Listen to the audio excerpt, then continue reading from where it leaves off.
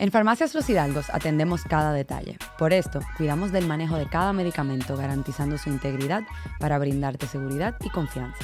Contáctanos por teléfono, por WhatsApp, en nuestra página web o en nuestro Instagram @Farmacias Los Hidalgos. Farmacias Los Hidalgos, desde 1975, brindando atención farmacéutica confiable. Si buscas los más altos estándares en maderas, laminados y terminaciones, Fins es tu respuesta. En nuestra tienda tienes el más amplio portafolio de productos para que tu ambiente quede tal como lo imaginaste y lo soñaste. Ofrecemos entregas locales y regionales para tu comodidad. Si tu fin es la calidad, Fins es tu material. Descubre más en Maderas Ibéricas. Con Lexus tú eliges convertir el lujo en una experiencia personal. Lexus te brinda una combinación de diseño sofisticado, rendimiento excepcional y atención al más mínimo detalle. Lexus ofrece vehículos de lujo, sedanes, SUVs e híbridos, toda una gama de productos que te brindan una experiencia de conducción única e inigualable. Delta Comercial. En Banco Proamérica contamos con un servicio cercano, productos innovadores y respuestas ágiles. Y si eres como yo, que no te gusta ir a una sucursal, nos enorgullece contar con las mejores plataformas digitales, siendo pioneros en billeteras digitales para tarjetas de crédito y débito, apertura digital de cuentas y tarjetas de crédito, Alicia, nuestra chatbot de atención rápida y precisa, y desembolsos Credit Plus a través de nuestra app. Descarga nuestra app Proamérica en Play Store y en Apple Store. OneMax transforma tu empresa con productos innovadores, confiables y escalables, ofreciendo internet, voz, conectividad y ciberseguridad. Todo esto complementado con valores agregados como ráfagas, OneCare, doble disponibilidad, entre otros. Visita la página web onemax.com y sus redes sociales en OneMaxRD. OneMax, el internet oficial de los pesos pesados.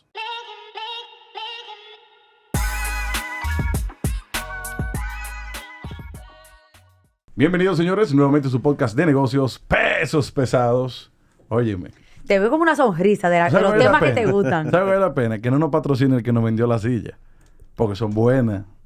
Ajá. Oh, pero aguantar un peso. Yo dije, where is this going? ¿A dónde vamos con esto? Aguantar un super peso. Pero antes de decir quién está con nosotros, recuerden que en esta temporada tenemos no 10, ¿cuántas becas? 15. 15 becas pesadas junto al TEP de la Pucamaima.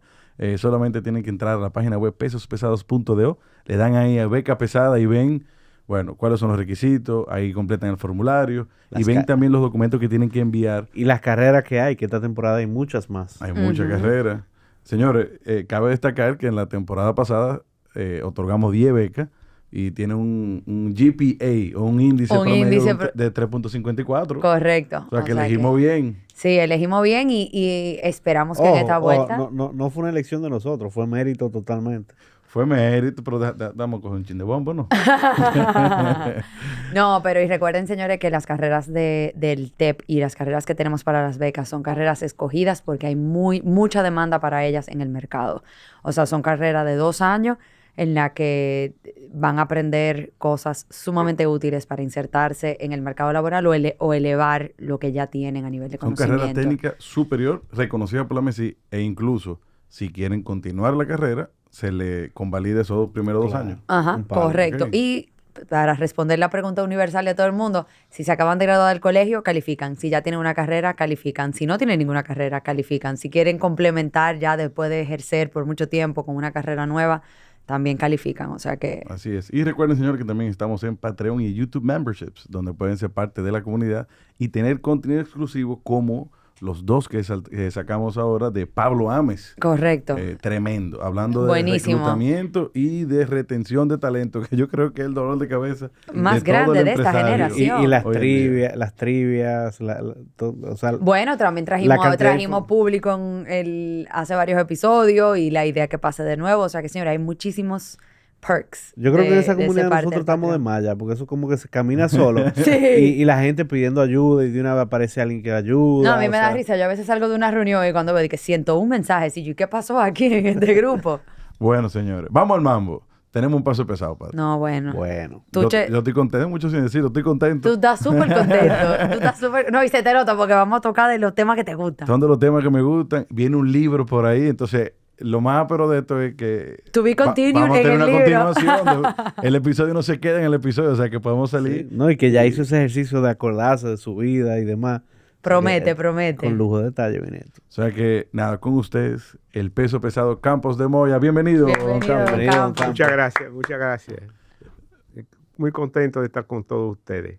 Qué bueno, qué Y bueno. La darle verdad que seguimiento también a tanto peso pesado, que realmente son pesados, que han pasado por estos micrófonos, por estos estudios. La verdad que nosotros, bueno, yo creo que tenemos 5 temporadas, y yo creo que de la primera temporada queremos a Don Campos. ¿no? Sí, desde la primera estamos ahí viendo, a ver, aquí un shout out, porque Primer aprendizaje del episodio, hay que tener paciencia. hay que tener paciencia, correcto. Bueno, y segundo, Friends and Family, gracias Jackie. Pero El déjame yerno por aquí. decirte, yo había sido invitado anteriormente Sí. y había declinado en otras ocasiones porque realmente no sentía en ese momento que había necesidad de mi comparecencia. Ahora sí, porque como tú acabas de decir, yo acabo de terminar de escribir un libro que se llama Una vida en el azúcar. Yo tengo 56 años trabajando en el sector azucarero desde 1970. Cuando me gradué de la universidad, a los pocos días me contrataron. En ese entonces, para tú ser exitoso profesionalmente, luego de tú graduarte de la universidad, si tenía otro idioma que pudieras trabajar, eso era suficiente para tú lograr una buena posición. Hoy día no es así. Hoy día los jóvenes tienen que ir a la universidad, sacar su licenciatura, su ingeniería, y luego tienen que especializarse. Sí. Las empresas hoy en día en la República Dominicana están buscando personas ya con maestría, doctorado, para poder afrontar la economía de la República Dominicana, lo avanzado que nosotros estamos, la competencia con el exterior. Cuando yo comencé a trabajar, como dije, fue en la Embajada de los Estados Unidos de América. Estaban tan deseosos de una persona que antes de inclusive chequear la seguridad, y eso lo hicieron posteriormente a yo haber entrado, me tenían en la oficina ya trabajando, porque no había alternativas. Y en el caso mío, yo había regresado de estudiar economía agrícola en Texas A&M. Era ideal para la posición que estaban buscando una persona. Y estaba ligado al campo desde mi nacimiento, porque mi papá era ganadero y mi mamá era productora de plátano, café y cacao. O sea, mi infancia yo la hice en San Francisco de Macorís, yendo a la finca con ellos todo el tiempo. Todavía yo ya profesional y mi esposa íbamos a la finca a acompañar a mamá cuando hacía corte de plátano, y mi esposa iba siempre acompañándola al mercado a buscar los compradores de los plátanos y a discutir los precios y a ver cómo se realizaba el corte de plátano, cómo se pagaba, cómo se cargaba en los plátanos, todo ese tipo de cosas. O sea, usted se crió en San Francisco de Macorís. Yo estuve en San Francisco de Macorís hasta finalizar el 5º curso. Okay. Entonces, mi papá, cuando yo nací, era diputado. En ese entonces, los diputados no se elegían. Los diputados eran nombrados por Trujillo, el dictador. Y papá, cuando yo nací en el 47, tenía un par de años ya siendo diputado. Mi papá y mi mamá se habían casado en el 38. Y entonces en el 57, Trujillo nombró a papá subsecretario de Agricultura y nos mudamos a Santo Domingo, frente a la iglesia de San Antonio, ahí en Gascue, que estoy seguro que ustedes todos han ido a matrimonio ahí. Y nunca más volvimos ya a San Francisco de Macorís, nos quedamos aquí. Posteriormente, papá sería gobernador del Banco Central, luego de la muerte de Trujillo. Balaguer lo nombró gobernador del Banco Central. Durante el gobierno de Bosch, papá fue secretario de Trabajo, y durante el gobierno que siguió a la Revolución del 65, cuando Héctor García Godoy fue presidente, papá fue secretario de Agricultura. O sea, que él tuvo ligado a la gestión pública. Sí, a la gestión pública y posteriormente ahí decidió no ocupar más posiciones y presidió la Asociación Dominicana de Hacendados y Agricultores, que era una organización de mucho peso en ese momento, muy importante, y ahí tuvo hasta que se retiró y falleció. Yo quisiera volver un poquito atrás y conocer cómo fue esta crianza en estos momentos durante la dictadura de Trujillo, con un padre que pertenecía al Estado. ¿Cómo fue esa crianza? ¿Cómo era el contexto de aquella época? Cuando se muda, probablemente... Era muy difícil. Yo te puedo decir que yo recordaba, cuando era niño, la habitación mía en San Francisco de Macorís daba hacia la calle. Y yo recordaba el sonido de los Volkswagen, que era el vehículo que utilizaba el servicio de inteligencia militar, lo que le decían también Calié, y ellos pasaban por todas las calles y iban muy lentamente. Y tú lo oías desde que llegaban 1 o 2 esquinas antes de tu casa, tú lo oías ta, ta, ta, ta, ta, con el sonido clásico del vehículo a muy baja potencia. Y acostumbraban pararse frente a la casa de nosotros y después volver a continuar. Era difícil. Como te dije, papá era diputado cuando yo nací. ¿Y eso era un tema de seguridad o de vigilancia? Vigilancia sistemática O sea, que había sobre la población. Cuando tú viajabas de un pueblo a otro, a la entrada y a la salida, te pedían las identificaciones y chequeaban los vehículos. Cuando tú venías de San Francisco de Macorís a la capital, te paraban en 2 o 3 sitios para chequear a todos los vehículos que transitaban. Pero papá fue diputado y posteriormente fue encarcelado, estuvo preso y después fue soltado. Y a mí eso yo no lo recuerdo, pero sí recuerdo cuando se logró que Trujillo volviera a acoger a mi padre en bienestar, ¿okay? Que él decidió ir a mi casa y él fue a San Francisco de Macorís, a nuestra casa. Trujillo. Llegó como a las 11 de la mañana. Mi padrino era don Virgilio Álvarez Pina, le decían don Cucho, era familia de Trujillo, era muy cercano a mi papá. Y él siempre que me veía me regalaba 100 pesos. Yo lo quería muchísimo. En aquella época, 100 pesos.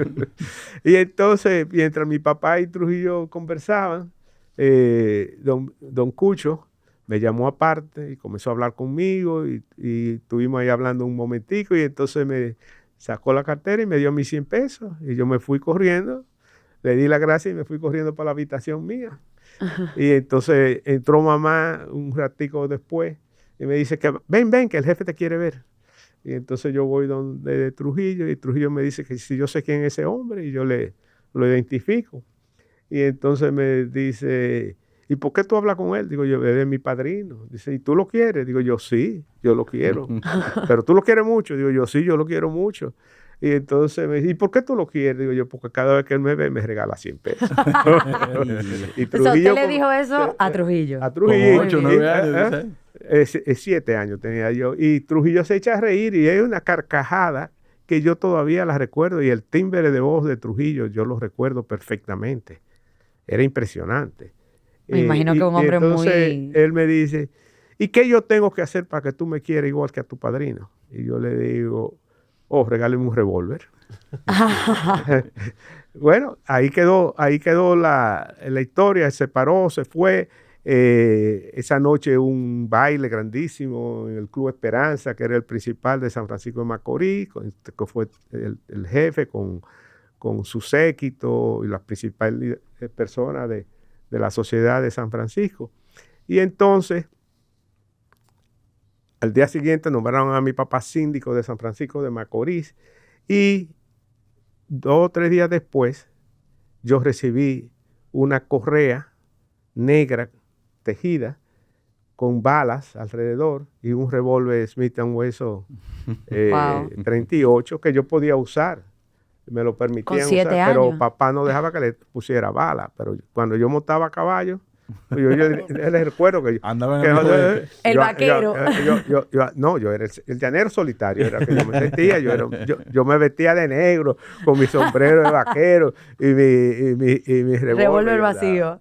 Entonces nos mudamos para Santo Domingo y aquí yo estudié en el Instituto Escuela, que fue una excelente escuela, y después en el Colegio de La Salle, donde me gradué de bachillerato.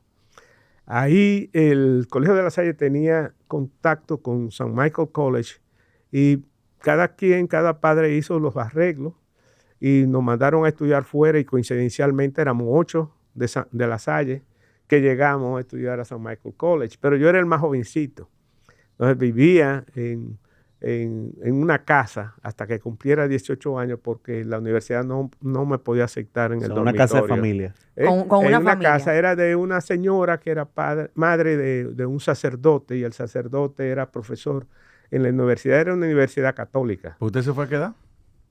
Yo, 16 años. 2 años. Perdón, 17 años. 17 años y cumplía en septiembre y cumplí los 18 en diciembre. Entonces ya para el segundo curso que comenzaba en enero, yo me fui a vivir a un dormitorio. Cuando terminó ese segundo semestre, Pero ¿cómo fue entonces llegar allá? ¿Cómo fue la vida con esa familia? Estamos hablando de 1964. 1964, septiembre del 64, y yo fui a New York, donde tenía unos primos que me recibieron en el aeropuerto. Hay algo que ustedes deben saber. Hasta que no matan a Trujillo, tú no podías tener pasaporte. O sea, cuando tú necesitabas viajar por salud, porque vacaciones, para estudiar, etcétera, había que escribirle a Trujillo, pedirle autorización. Entonces, el presidente ordenaba, o el dictador ordenaba, que te pidieran un pasaporte, te hacían el pasaporte, pero cuando tú regresabas En el aeropuerto. Te lo en el quitaban. aeropuerto, migración se confiscaba el pasaporte. Entonces, es a partir del 61, cuando matan a Trujillo, que en la República Dominicana hay libre tránsito y se comienza la gente a viajar. ¿Okay? Yo inmediatamente, en ese entonces, me mandan a Puerto Rico, donde otro primo, para que yo viajara, montar avión, etc. Y en el 64 me mandaron a New York, pero era en aviones de hélice todavía. Dominicana de Aviación. No, Pan American. Pero se viajaba así. Entonces me fui, yo no sabía nada de inglés. Ni hamburguesa sabía yo decir. Ojo, en una época donde no había mucho latino allá. Sí, no. Y entonces, cuando terminó el segundo semestre, me mandaron a vivir con una familia de un capitán piloto de American Airlines que tenía 2 hijos de mi edad aproximada. Uno era un poco más viejo que yo y otro un poco más joven. Y para que yo me pasara compartiendo con ellos y pudiera usar el lenguaje, o me viera obligado a usar el lenguaje. Ahí comenzó la revolución en 1965. Terminaron esos días y yo regresé a la universidad y llegando al colegio, un compañero de estudio, Roberto Martínez Villanueva, me dice, mataron a Rafael Fernández Domingo. Rafael Fernández era como hermano mío, porque su esposa Arlete, antes de yo nacer, que yo nací a los 8 años de papá y mamá estar casados, ellos cogieron 2 sobrinas a vivir en la casa. Una era Arlete, la viuda de Fernández Domínguez, y otra Leida Fernández, que era periodista. Y entonces, ya yo no quería estudiar, yo lo que quería era venir a pelear para acá. Y entonces, tan pronto recibí el pasaje, volé a Puerto Rico, donde mi mamá estaba con Arlete y sus 5 hijos, acompañándola en Puerto Rico. Entonces, yo me dediqué en ese entonces a acompañar a Arlete y todas las mañanas nos levantábamos, desayunábamos y nos íbamos para la casa de Juan Bosch, que vivía allá. Allá vivía doña Milagro Ortiz Bosch y Juan Basanta, que era el esposo de ella en ese entonces. Bosch vivía con su esposa, su hija Barbarita y su hijo Patricio. A Barbarita y la esposa de Bosch casi nunca se veían, ellas se quedaban resguardadas en algún área de la casa, era una casa grande y muy cómoda. Y ahí yo así pasaba mi día sin hacer nada, hasta que un día fue Jaime Benítez, que era muy amigo de Bosch, y Bosch le dijo que me cogiera en la universidad, que me pusiera a estudiar. Yo no pude venir para acá porque Bosch dijo que no, que si yo venía me iban a asesinar. Usted de San Michael College como que lo dejó, no lo terminó. Terminé. Los 2 años del college. No, eran cursos de inglés. Ok. Eran cursos de inglés. Entonces me inscribí en Puerto Rico, en la universidad, y tuve un semestre. Ahí papá era secretario de Agricultura y fue a Texas. Y yo fui con él en el viaje. Y entonces el presidente de la universidad en Texas A&M, el general Earl Rudder, le dijo a papá que me dejara estudiando allá. Y me admitieron en la universidad. En las 2 universidades yo nunca presenté nada para entrar. Ni hice examen de ninguna índole, nada. Pura y simplemente dieron la orden de que me aceptaran. Y yo comencé a trabajar, a estudiar. Y cambié la profesión. Originalmente yo quería ser ingeniero mecánico. Okay. Pero en Puerto Rico, en la universidad donde me admitieron fue en administración de empresas. Y entonces de ahí yo cambié a economía agrícola. Y ahí me gradué de economista agrícola y regresé en diciembre del 69. Un paréntesis, ¿qué hace un economista agrícola? A diferencia probablemente de... Está especializado en estimar la producción del sector agropecuario, tomando en cuenta todas las variables que tiene. La agricultura es muy difícil de predecir. Y entonces proyectar eso hacia el futuro, tratando de que la nación pueda producir sus necesidades y exportar. Entonces, prácticamente de inmediato me contrató la embajada americana como asistente del agregado agrícola. Como la agricultura era tan importante en la economía dominicana, porque lo que aquí se producía en ese entonces era azúcar, café, tabaco y cacao. Era el motor de la economía en ese momento. ¿Perdón? Era el motor de la economía en ese momento, sí. Principalmente el azúcar. El azúcar era 75% de la economía. Entonces yo tenía la obligación de hacer un reporte cuatrimestral de cada uno de esos productos, pero también tenía que hacer de trigo, de las importaciones de trigo que se iban a necesitar, de pollo, si se iban a necesitar importar pollo, de arroz. República Dominicana no era autosuficiente y entonces Estados Unidos le interesaba el mercado de esos productos. Entonces yo hacía los reportes y tan pronto hacía el reporte, eso iba a Washington por teletipo. ¿Ustedes saben lo que es un teletipo? Teletipo es una máquina pequeña que ustedes ven en la película de guerra, que van typeando y eso coge una cinta que le hace perforaciones. Esa cinta se pasa por un riel y sale en el lugar del destino una cinta similar, que la pasan por la máquina y sale el texto. Entonces, esos reportes, el Departamento de Estado tenía personas que los recibían, leían y lo clasificaban. Podían haber diferentes clasificaciones.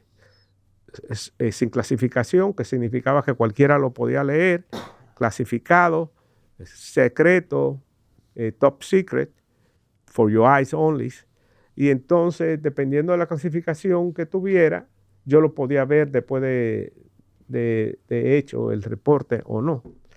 Pero yo escribía en una máquina Underwood, de esa de manual, mis reportes, y yo me quedaba con él y comparaba, y yo sabía qué habían quitado, qué habían modificado, etcétera. Entonces se hacían todos esos reportes.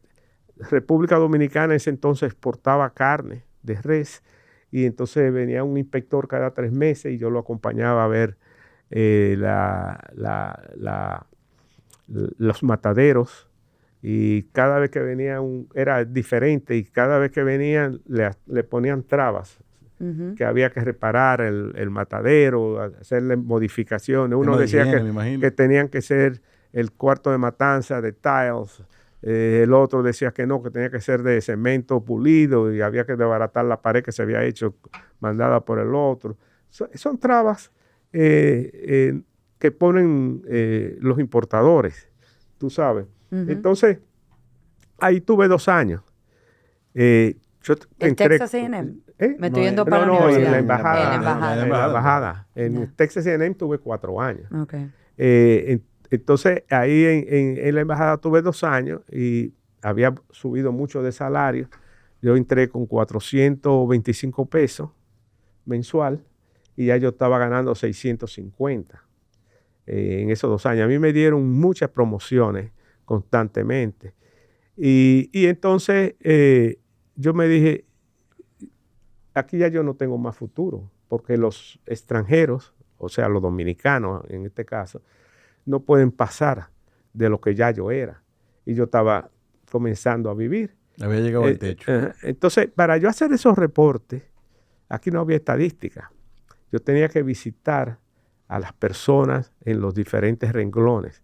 Por ejemplo, para el tabaco, yo visitaba a Eduardo León, a Fernando León, que era el que se encargaba de la producción de tabaco, y visitaba a Hipólito Mejía, que era del director del Instituto del Tabaco en Santiago.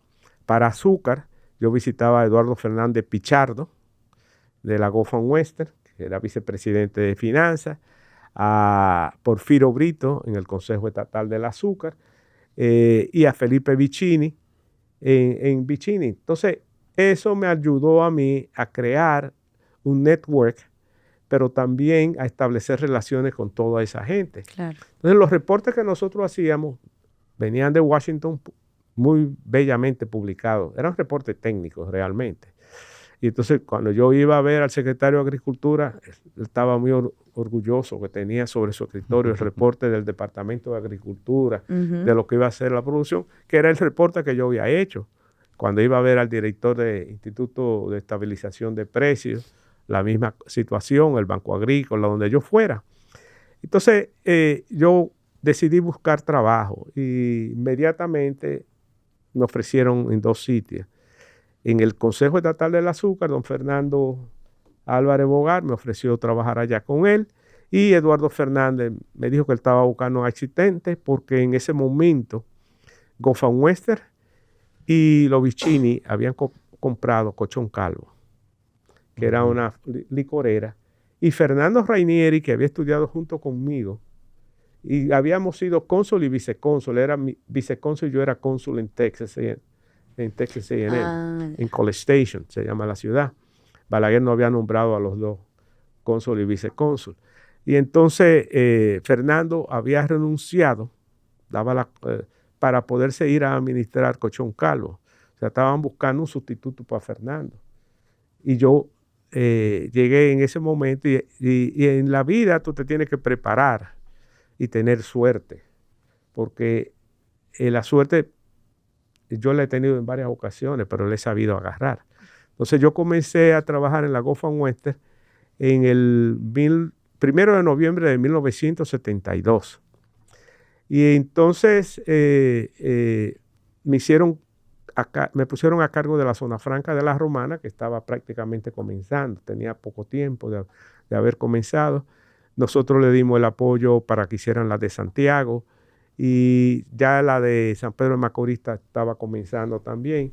¿Usted qué tenía por ahí? ¿26 años, 27? 25, diría. Ah, ok. ¿Y Goffman Western cómo era en ese momento? A nivel tanto local bueno, como internacional. Yo te puedo contar que cuando me contrató Eduardo Fernández, me dijo, tú te vas a ir una semana a La Romana para que te expliquen lo que es Goffman Western. Una semana de inducción. Yo no tenía idea de lo que era. No tenía idea. Yo sabía que eran productores de azúcar. Entonces, él llamó y le dio instrucciones a un señor de allá que se llama Brunildo Soto, ya fallecido, que era jefe de almacén, era muy amigo de él y conocía a todos, para que me acompañara. Y ese señor me llevó por todos los lados. La última reunión que yo tenía dentro de eso era saludar al doctor Rosell, que era el presidente y administrador general, y antes de eso tenía que ver al jefe de personal, que era el vicepresidente de Relaciones Laborales, Manuel J. León. Y en el desayuno yo me bebí un jugo de piña y yo soy alérgico a la piña. Ay, mi madre. Y cuando me siento frente a él me ve y comenzamos a hablar, me dice, ¿y qué te pasa a ti que estás tan rojo? Digo yo, nada, yo no me sentía nada. 3 minutos después me dice, tú te estás hinchando. yo no tengo nada. Imagínate la impresión que yo estaba. Y a los 2 minutos dice, no, vete para el hospital que tú estás mal, que tú tienes un problema. Excelente primera semana de trabajo. Fue memorable. Entonces me pusieron 3 cc de Benadryl y una inyección de adrenalina, cortisona, ¿no? de cortisona. Y ya tú sabes que eso tumba a uno. Así estaba yo cuando conocí Go-Fund Western, aturdido. Pero no era por las 2 inyecciones que me habían puesto, sino por todo lo que yo había visto y había la gente que había conocido.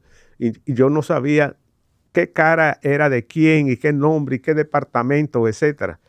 Pero eso uno lo va aprendiendo. Entonces yo tuve otra suerte, que fue que a los pocos tiempos de yo estar trabajando, Eduardo Fernández renunció de la Go-Fund Western. Uh-huh. Entonces yo me quedé haciendo muchas de las cosas que él hacía sin el título, pero ya reportando a los jefes de la Go-Fund Western en La Romana. Y de inmediato ellos comenzaron a decirme que querían que yo explorara la posibilidad de mudarme para allá. Y yo decía que no me interesaba. Entonces, un día yo iba a coger vacaciones y me dicen que no salga, que el señor Carta, que era el presidente de la compañía, Go-Fund Western Food Products, quiere verme. Y entonces me dicen que tú vas a coger vacaciones. Digo yo, sí. Las vacaciones que yo iba a coger con 750 pesos que estaba ganando era irme para la casa a ver televisión. Y era muy mala la televisión en ese entonces. Y entonces me reúno con él y me dice, ¿tú puedes aplazar las vacaciones? Le digo, claro que sí. Bueno, pues tú estás nombrado administrador del Hotel Hispaniola. Se llamaba Hotel Paz. Okay. En ese entonces. Estaba cerrado y clausurado por un tiempo largo. Ese era un hotel de Trujillo. Y eso en gran parte usted entiende que fue por todas esas acciones que usted tomó a pesar de no tener un título y aproveché esa coyuntura de que no había un director de finanzas y coger esa exposición ante... No, pasaron varias cosas. Don Eduardo renuncia y un par de días después, déjame explicarte que en Go-Fund Western éramos muy pocos los que sabíamos inglés y éramos una empresa americana. En Romana prácticamente nadie sabía inglés. Eran cubanos que habían salido al exilio y eran los que dirigían la compañía. Pero inclusive el doctor Rosell no sabía inglés. Había otro grupo de cubanos que trabajaban en Florida, en lo que se llamaba Go-Fund Western Food Products, que esos sí sabían inglés, pero eso venían a supervisar las operaciones. Y habían algunos escogidos que sí sabían. Entonces, don Eduardo se va y yo recibo una llamada de Larry Levinson, que era vicepresidente y era, yo diría, la persona más cercana a Blue en ese entonces. Y me dice él que Francis Ford Coppola, el director de la película El Padrino, viene para la República Dominicana, que yo tengo la responsabilidad de atencionarlo, pero que Coppola no quieren, y su crew no quieren filmar las escenas de Cuba en República Dominicana, las quieren hacer en Puerto Rico, que yo tengo que convencerlos de que la hagan aquí. Qué tarea. Entonces,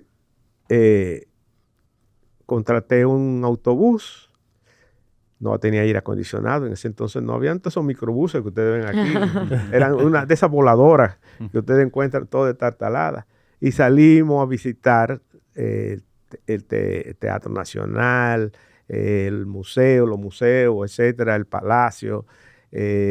Nos fuimos por la avenida Duarte, que ellos querían ver ese tipo de escenas, y ahí había una heladería que se llamaba Rex, R-E-X, y que hacían helados de frutas, y eran como la 1 de la tarde, y hacía un calor terrible. Okay, entonces, Francis era peso pesado. y entonces, me dice, ¿eso es una heladería? Le digo yo, sí. Y mandó a parar la guagua de una vez ahí. Eso es casi llegando a la avenida Mella, que quedaba eso. Y entonces ellos se desmontan y comienzan a comer helado y de todos los sabores. Se comieron ahí todos los helados que puedes tú imaginarte. Y discutir, ¿comiste tamarindo? ¿Comiste? Probate el de mango. Así. Bueno, bajamos y vimos la zona colonial y entonces lo llevé al Hotel Embajador y los recogí de nuevo a eso de las 7:30 de la noche y fuimos a cenar a donde estaba la Bríchola. Sí. Ahí había un restaurante español que se llamaba El Bodegón para esa época. Pero comenzaban los apagones y los restaurantes no tenían plantas eléctricas, generadores eléctricos. Entonces nos sentamos y prácticamente sentándonos nosotros, que yo había alquilado todo el sitio para nosotros, éramos cerca de 25 personas. Estábamos en una mesa, Francis, yo y los dos principales de él. Y entonces se fue la luz. Digo yo, se me jodió la noche. Y salieron todos los camareros con velas, velones, porque también había mucha escasez de todo en aquel entonces. Yo tenía ya 2 hijas y una de ellas era alérgica a la leche de vaca. Y cuando yo salía a comprar leche de soya, tenía que andar 10 o 15 farmacias para encontrar una latica y seguir buscando para encontrar otra lata para el día siguiente. Lo mismo con la vela, con todo. Había escasez de todo. Balaguer no permitía que entraran cosas. Tú ibas a los supermercados y los supermercados que eran pequeñitos, las góndolas estaban vacías.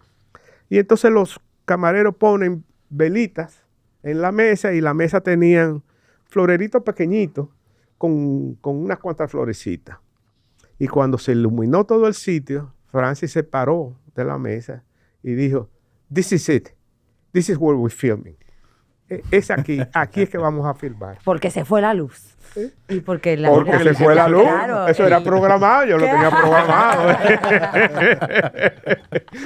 Fríamente calculado. Y entonces se hizo la secuela del Godfather con esas escenas que supuestamente ocurren en La Habana y que el presidente Balaguer prestó el Palacio Nacional para que se filmara. Esa es la secuela fílmica más exitosa en la historia de la cinematografía hasta este momento.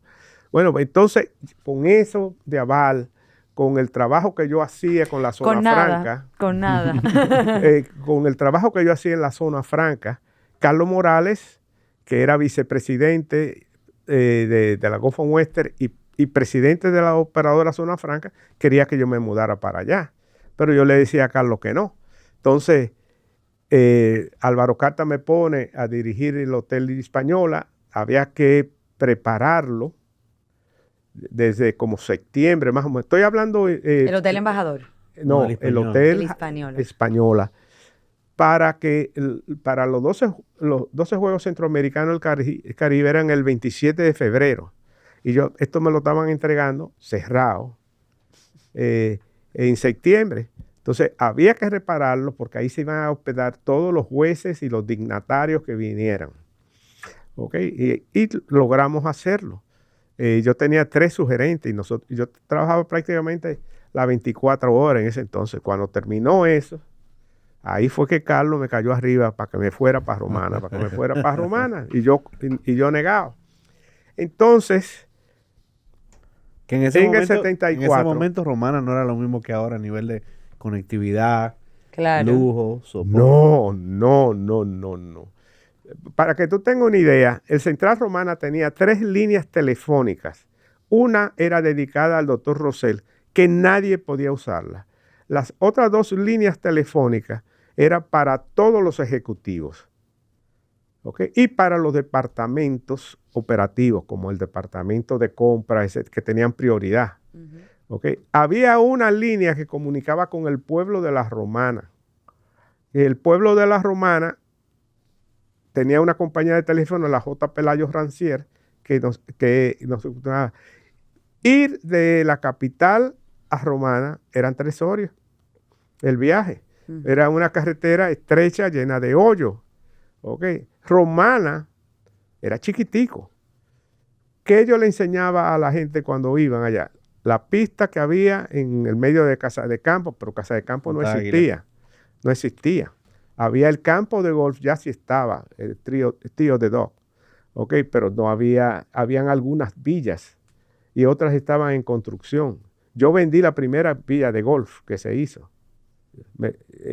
Coincidencialmente, pero la vendí. Y entonces decidieron hacer una fundación que se llamó Fundación Gulf and Western Dominicana, que tenía muy buen presupuesto, y trajeron a un señor americano, Walter Lanford, que fue el primer director del Cuerpo de Paz en Chile, y contrataron al primer voluntario del Cuerpo de Paz, Thomas Scallon, para que trabajaran en la fundación, establecieran la fundación. Entonces Álvaro Carta se reunió conmigo y me dijo, Campito, porque él y Rosell y Eduardo Martínez Lima son las únicas personas que me han dicho Campito en la vida. Y me dijo, Campito, si te mudas para la Romana, vas a ser asistente de Carlos Morales, pero te vamos a hacer vicepresidente de la Zona Franca, asistente del señor Lanford, y cuando él se vaya, que tiene un contrato de 2 años, te vamos a hacer director ejecutivo de la Fundación Gulf and Western. Yo tenía un salario mucho mejor, 850 pesos, y yo le dije, yo puedo aceptar la posición, pero ¿cuáles van a ser las condiciones? Te vamos a subir a 1,000 pesos y te vamos a pagar la mudanza. Entonces, mi esposa, se llamaba Mary, mis 2 hijas, allá en Romana nació la tercera, nos fuimos a vivir a un barrio que había construido el Central Romana, Buenavista se llama.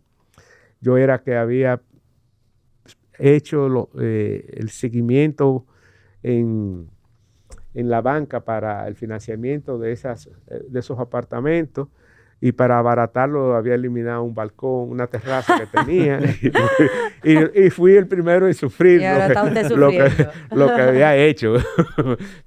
Bueno, entonces comencé ahí a trabajar y fui muy exitoso en todo lo que me daban, las responsabilidades que me daban.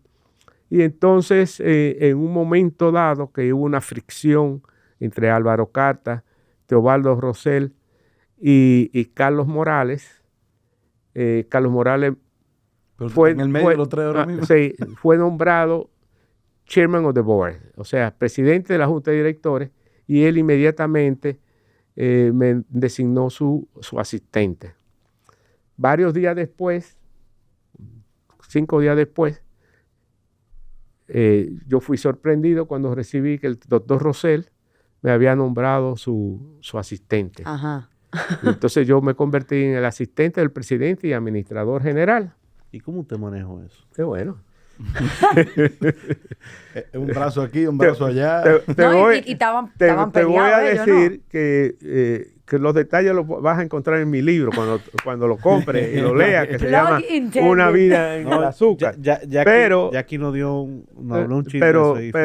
Pero te puedo decir que Fran Marino Hernández, que era un sociólogo en la época, muy conocido, muy experimentado y que daba muy buenos consejos, yo esa noche que recibí el nombramiento, esperé a que oscureciera, y después que estaba la ciudad oscura, comencé a dar vueltas en mi carro hasta que me fui y vine a la capital.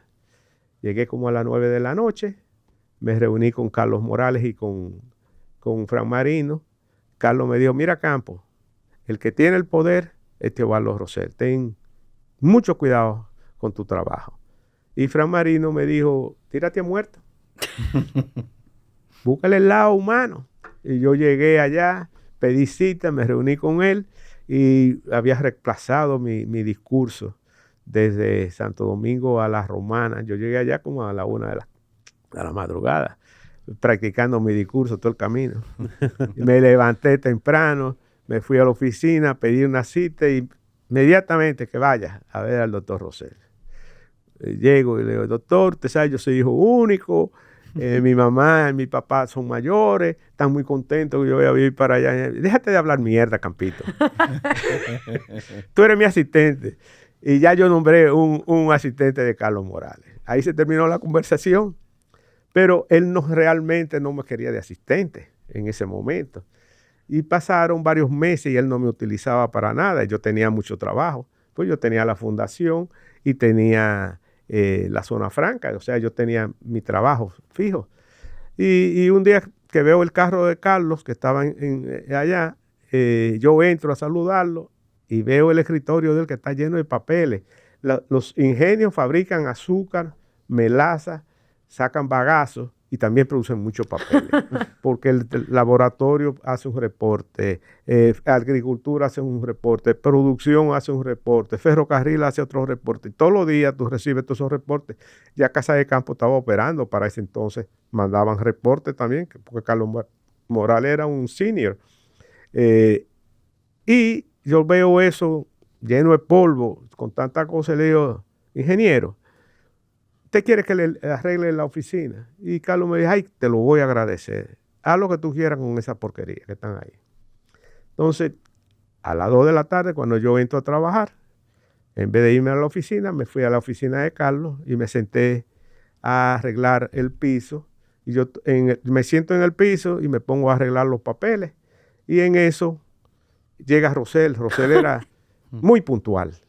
Él entraba a las 6 de la mañana y entraba a las 2:30. Cuando la campana hacía tan, ya él estaba adentro. ¿Okay? Y entonces él oye ruido. Las dos oficinas estaban separadas por una puerta. Y él abre la puerta y me ve en el piso y me dice, Campito, ¿qué coño haces tú aquí? Le digo, le estoy limpiando la oficina al ingeniero Morales. Él me autorizó a hacerlo. ¿Y tú no tienes trabajo? Entonces yo le digo, desde que usted me nombró su asistente, usted nunca más me ha vuelto a llamar. O sea que yo tengo muchísimo tiempo libre. Es verdad. Termina de arreglar toda esta vaina y mañana te quiero ver a las 6 de la mañana en la oficina. Al día siguiente, yo llegué a las 6:30, desde luego.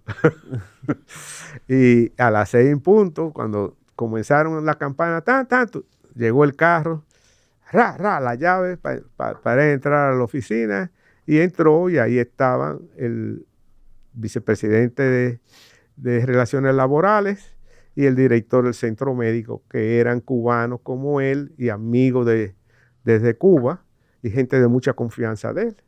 Y entonces Rosell da buenos días y sigue para su oficina y los otros dos siguen atrás. Entonces él dice, Campito, tú también. Y ahí entonces él dice, Campito es a partir de ahora mi asistente. Cuando ellos se van, me dio instrucciones, me subió el sueldo mucho, me mudó para la zona de la costa, que es donde están los ejecutivos. Me dijo que mi esposa debía renunciar, que me iban a subir el salario de ella por encima, que me iban a poner en una nómina en dólares, que me iban a dar un carro y que me iban a poner un chofer. O sea, fue un cambio radical, y a partir de ese día yo fui asistente de él hasta que él terminó su contrato con Gulf and Western. Y cuando terminó su contrato con Gulf and Western, les recuerdo que yo había sido asistente del ingeniero Carlos Morales. Claro. Al día siguiente de él terminar, Carlos me volvió a nombrar su asistente. Okay. O sea, yo nunca me metí en los pleitos de ellos. Inclusive, Carlos nunca me dijo nada contra Rosell, Pero Rosell en un par de ocasiones me dio instrucciones que yo sabía que no le iban a caer bien al ingeniero Morales, y yo le decía, doctor, por favor busca otra gente y déle esa orden porque yo no voy a hacer eso. Yo quiero mucho al ingeniero Morales, se portó muy bien conmigo y yo lo tengo que respetar. ¿En qué año vamos más o menos?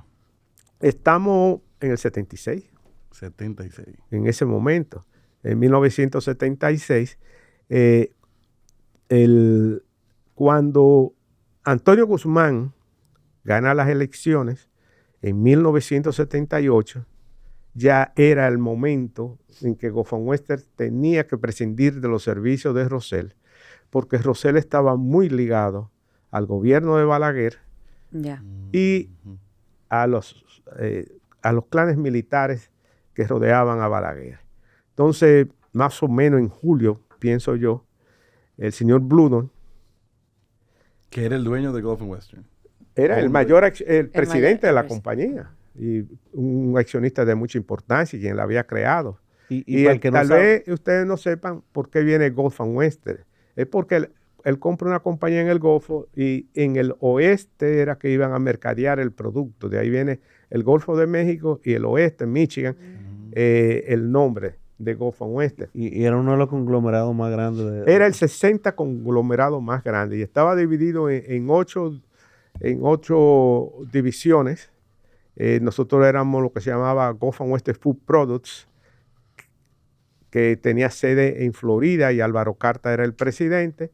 Y en República Dominicana estaba Goffman Wester Americas Corporation, que era la dueña de la propiedad de la República Dominicana, que Rosell era presidente y administrador general y operaba todo el tiempo hasta que se fue el ingenio azucarero y las operaciones afines.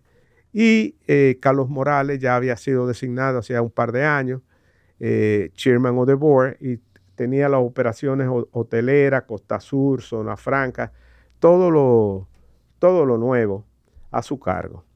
Entonces, Bluedon nos cita a todos los vicepresidentes de la compañía, estamos hablando tal vez de 15, 16 personas, al doctor Rosell, que era presidente, a Carlos Morales, que era presidente de la Junta de Directores. Él fue acompañado de su asistente, Rolando González Bonster, que ya trabajaba para esa época. Pero como Rosell no hablaba inglés, Rosell y Bluedon nunca se reunían. Y Rolando no cruzaba a la zona del Central Romana. Rolando estaba recluido en el área donde estaba Bluedon, que era en Casa de Campo. Cualquier cosa, si quieren conocer la historia también de don Rolando González Bunster, está en Pesos Pesados también, hace temporada 4. Así es. Entonces, estábamos, que no fuéramos vicepresidente o presidente, estábamos Rolando y yo. Y ahí Charles Bluedon nos dice que en diciembre 31, Teobaldo Rosell va a terminar como presidente y administrador general y sale de la compañía y que Carlos Morales va a ser la persona que lo va a sustituir. Y así ocurre. Entonces ahí es cuando Carlos vuelve a nombrarme asistente de él y ya Carlos había conformado un equipo que lo integraban Eduardo Martínez Lima como vicepresidente ejecutivo de producción y Ramón Menéndez como vicepresidente ejecutivo de finanzas. Yo era asistente de Carlos y además continuaba con la dirección ejecutiva de la fundación. Yo había convenido con Carlos salir de la zona franca y ya había otra persona que estaba a cargo de la zona franca porque yo tenía demasiado responsabilidades. Claro. Yo tenía también los programas de promoción social durante la época de Rosell, cuando el doctor León se enfermaba, yo era que me encargaba. Él era un señor mayor y tenía efisema pulmonar. Y frecuentemente tenía que faltar varios días al trabajo y entonces yo era que asumía las funciones. ¿Conoces Tupac? el courier que trae un paquete de ventajas. Servicio personalizado. Óyeme, ellos llegan a conocer hasta cómo te gusta recibir tus paquetes. Increíble como siempre andan rápido para entregarte a tiempo.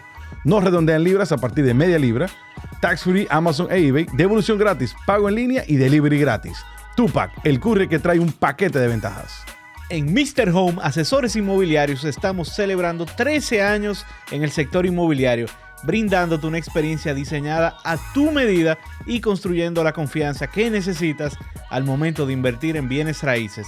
Síguenos en Instagram como @MrHomeRD y visita mrhome.com.do. Mr. Home, una experiencia diseñada a tu medida. Tenemos sueños por cumplir y el tiempo puede ser un gran aliado si sabemos priorizar nuestras metas. Invierte con propósito a través de United Capital Puesto de Bolsa y comienza a construir el futuro que deseas. Entonces, cuando Antonio Guzmán es juramentado, el 16 de agosto, ahí el presidente de Guzmán declaró de júbilo el 17 de agosto. Y eso del júbilo tiene una interpretación para los americanos. Estamos contentos, pero se trabaja. Claro. y se le paga así a los obreros. Los obreros decidieron ese día, yo le estaba dando un tour de la zona franca, y decidieron los obreros que ellos no iban a trabajar a las 10 de la mañana. Y se pararon y salieron toditos. Y entonces ahí nosotros nos quedamos preocupados porque varios de los dueños de fábricas de Zona Franca habían estado en Jamaica, donde había estado un gobierno socialista de Norman Manley. Y entonces ellos decían que esto iba a ser comunista también. Tuvimos una reunión en New York que la presidió Carlos y fue Luis Heredia Bonetti, que eran la mayoría de las fábricas de Zona Franca nuestras. Él era el representante legal y en el caso mío yo también fui. Y entonces ahí se calmaron y no hubo más problemas. Ahí se comenzó unas conversaciones con los obreros para un pacto colectivo nuevo, que lo integramos Héctor Freddy Pérez, el de la Asociación La Nacional de Ahorros y Préstamos, Juan Miguel Grisolía, abogado de la Gofon Wester, un señor que se llamaba Pachón, que era un técnico laboral, un abogado, y yo. Fue que discutimos ese pacto colectivo. Entonces, se murió Bludon. Bludon estaba enfermo, falleció en un avión yendo para... la familia decidió llevárselo para New York para darle tratamiento. Parece que con la altura, la presión. Sí, y falta de hidratación, falleció. Y entonces lo sustituyó Martin Davis. Yo había trabajado mucho con Martin Davis porque todas las acusaciones que Gofon Wester había tenido de cualquier índole, yo era la contraparte a los abogados de New York. Y entonces llegamos al momento de que el señor Davis anunció que iba a vender la compañía y la puso en venta inmediatamente. A mí me tocó darle los tours a algunos de los compradores y eventualmente se llegó a un acuerdo que los señores Fanjul compraron. Vender la compañía localmente.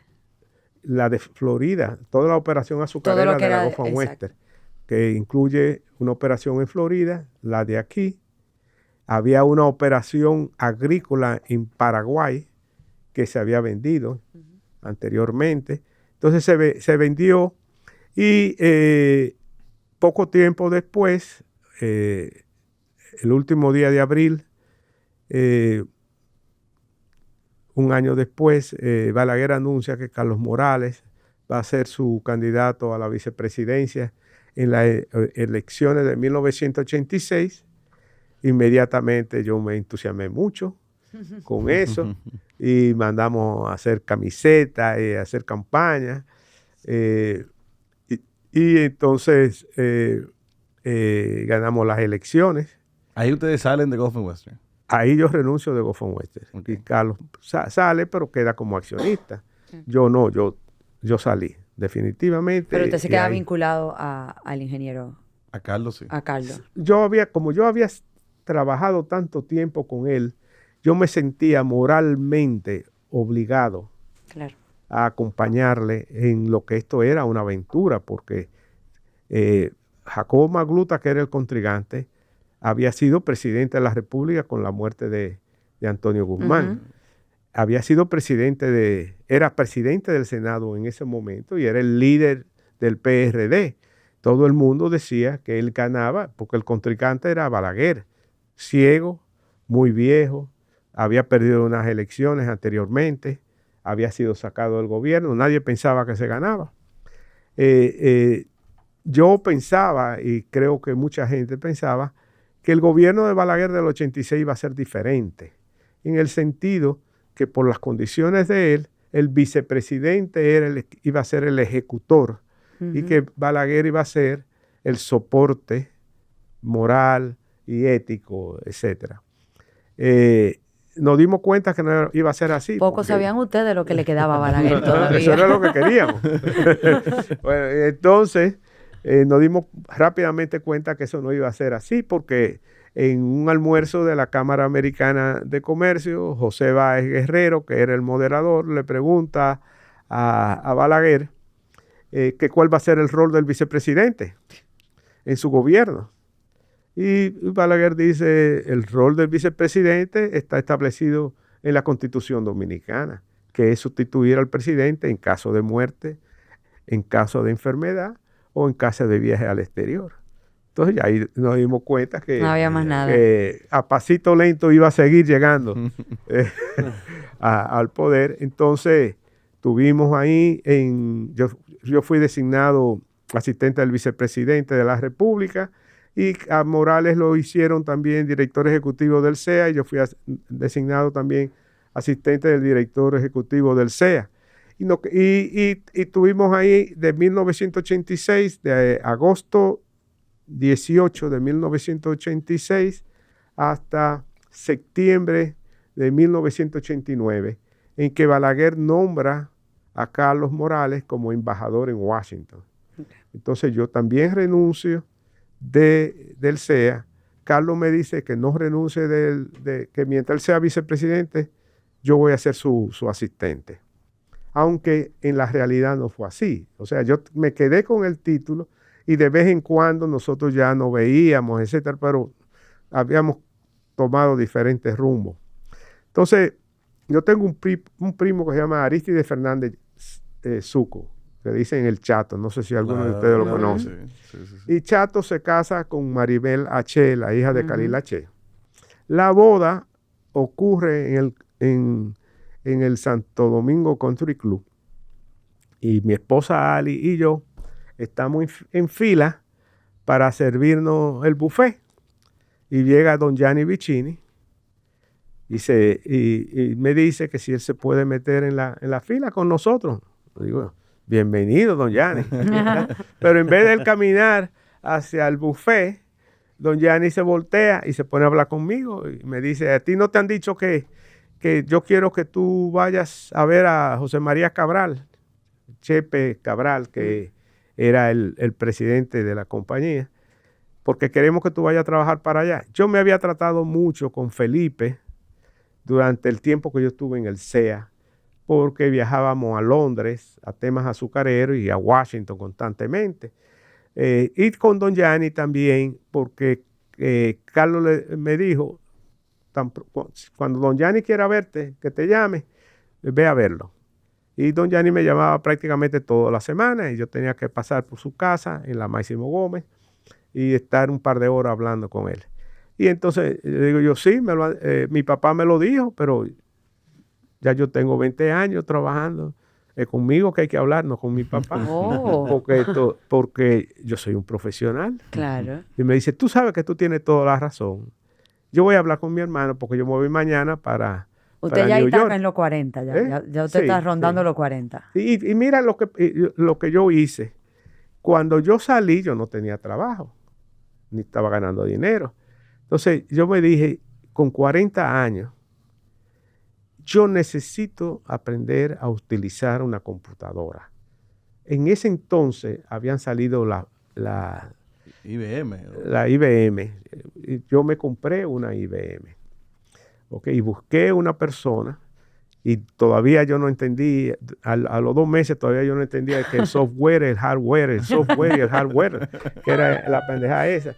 Pero él me enseñó a usar Lotus y a mi Pro, que era el Word.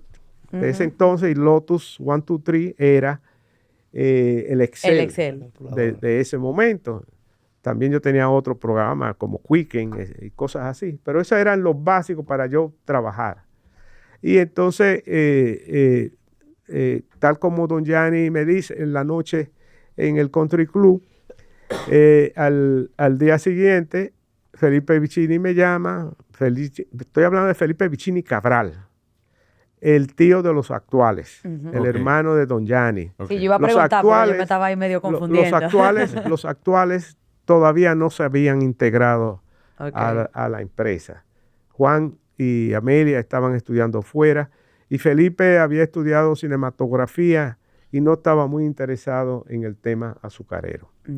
Entonces, don Felipe me llama, me dice que si puede pasar por casa.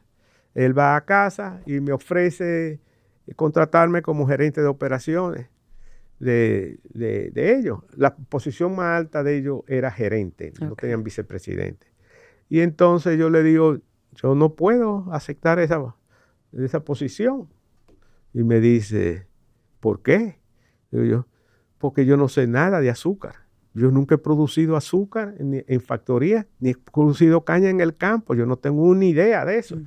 ¿Y qué tú hacías en el CEI? ¿Y qué tú hacías en la Gofon Western? Y entonces yo le doy un detalle que yo era el encargado de todas las otras cosas. Todo menos caña. Entonces dije, pues déjame hablar con Gianni. Y al día siguiente me llama por teléfono y me dice, Campo, Gianni me dijo que te ofreciera la gerencia financiera. Yo no soy financista. A usted lo querían ahí adentro. Sí, exacto. Entonces me dije, tú eres el gerente financiero. Gianni y yo queremos que tú vengas a trabajar con nosotros. Y entonces pasa por mi oficina cuando tú puedas. Le digo yo, mañana yo paso. Y fui, entonces discutimos las condiciones, etcétera. Yo le dije, yo quisiera que este sea mi último empleo. Yo no quiero una posición en una compañía para en varios años tener que buscar otra. Eso fue un par, mira, eso está bueno. Porque uno como, si yo fuera empleador y yo estoy entrevistando a una gente o contratando a alguien, ese puede ser el mejor comentario que me hagan a mí. Correcto. Yo quiero usted está diciendo yo quiero hacer carrera aquí. Claro. Sí, pero fíjate que yo había trabajado en la Embajada Americana 2 años, en Goffman Western 14 años para este entonces, y 13 años en el gobierno. ¿Okay? Entonces, tenía 40 años y yo no quería tener que seguir buscando. Entonces comencé a trabajar con ellos. Mi papá y mi mamá cumplían 50 años, yo quería hacerle la celebración, quería salir con ellos en un crucero, etcétera. Y él también tenía sus planes y acordamos que sería a principios de año cuando yo volvería, cuando yo comenzaría, y efectivamente lo hice el 1 de febrero de 1990. 90. O sea, yo estoy ligado ya con los señores Vicini desde 1990 hasta ahora. Okay. Wow. Y entonces yo era el gerente financiero.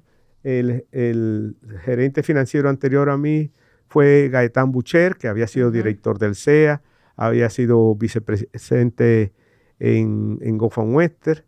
Era un hombre muy respetado en la industria azucarera y un hombre muy capacitado y además un financista muy preparado. Y hacía 3 años había fallecido y no había sido sustituido. Entonces yo tuve esa gran oportunidad de entrar ahí. Y entrar ahí fue entrar a una universidad, a coger una maestría. A los 40. Sí, porque yo tuve la suerte de trabajar varios años con don Felipe, que estaba vivo, con quien yo tenía una cercanía muy cerrada. Viajábamos al exterior juntos. Los fines de semana nos íbamos, Ali, mi esposa, y yo, y mis 2 hijas, en ese momento, Babette y Brianna, Babette la esposa de Jackie, y nos íbamos los fines de semana con él para Portillo, donde él tenía una casa, y nos pasábamos ahí. Y don Felipe en la noche se ponía a enseñarle a Babette y a Brianna las constelaciones, y las estrellas, etc. Todo muy sano, pero al mismo tiempo don Felipe era un profesional de muy alta calidad, muy preciso. Me dicen gente que lo trataron en la Junta Monetaria, que Felipe estaba siempre callado, pero que cuando pedía la palabra y decía algo, nadie más opinaba. Y hay una historia en la industria azucarera dominicana fantástica. Cuando todavía no habían inventado las computadoras manuales, se estaba discutiendo cómo se iba a distribuir la cuota de los Estados Unidos.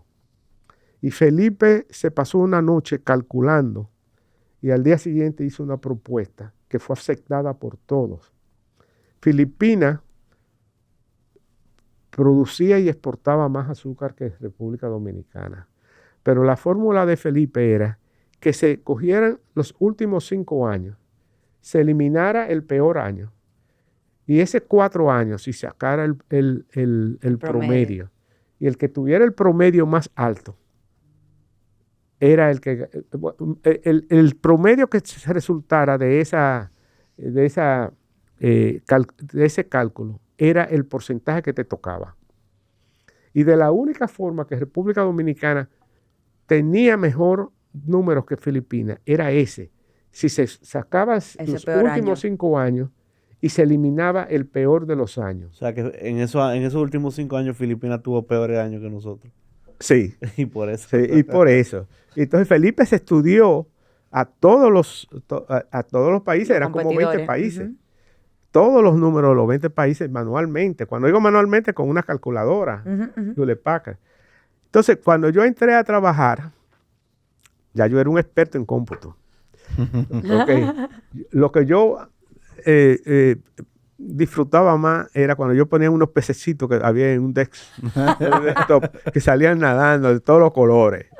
Okay. Pero tan pronto yo entré a trabajar, me dieron la venta de las melazas, que me ocupara de la venta de la melaza, de la contabilidad de todas las empresas azucareras y la venta de la melaza, yo personalmente.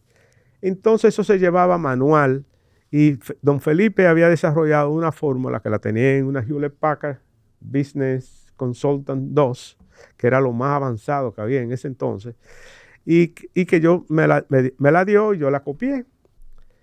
Cuando yo estudiaba, mira, eso es bueno que la gente sepa.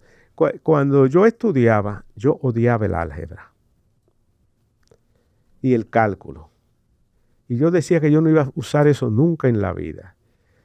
Y cuando yo entré en Texas A&M, me exoneraron el primer año de matemáticas, porque La Salle era muy buena en matemáticas. Uh-huh. Pero lo más importante es que con la llegada de las computadoras, si tú no sabes hacer cálculo y álgebra, lo que usa la hoja de cálculo es como una pantalla para poner números. O sea, yo te puedo poner fórmulas que desarrollan lo que tú necesitas hacer en una calculadora, por lo que aprendí con el hermano Basilio en La Salle. Entonces, yo entro a trabajar y hago la primera semana mis reportes. Yo tengo una Compaq pequeña, pero pesaba como 15 libras. Y tenía un printer también, un inkjet. Okay, y lo hago, y a la segunda semana vuelvo y lo hago, y don Felipe me ve que yo voy saliendo con mi maletín, y me dice, pues ven acá, ¿con qué que tú estás haciendo los reportes de mieles? Digo yo, con mi computadora, y se la enseño. Don Felipe era un experto. Él fue el que trajo la primera computadora a la República Dominicana, que está en el Museo del Hombre Dominicano. Ah, mira, no sabía. ¿Okay? Y don Felipe, cuando se hizo la Universidad Católica Madre y Maestro, iba toda la semana a Santiago a dar clases gratuitamente, como una ayuda. Y en la universidad hay un salón que le pusieron su nombre por eso. Él pasó varios años yendo a Santiago toda la semana, 2 o 3 días, a dar enseñanza. Entonces, yo le enseño lo que estoy haciendo con la computadora. Él la ve. Él nunca había visto una hoja de cálculo. Un spreadsheet.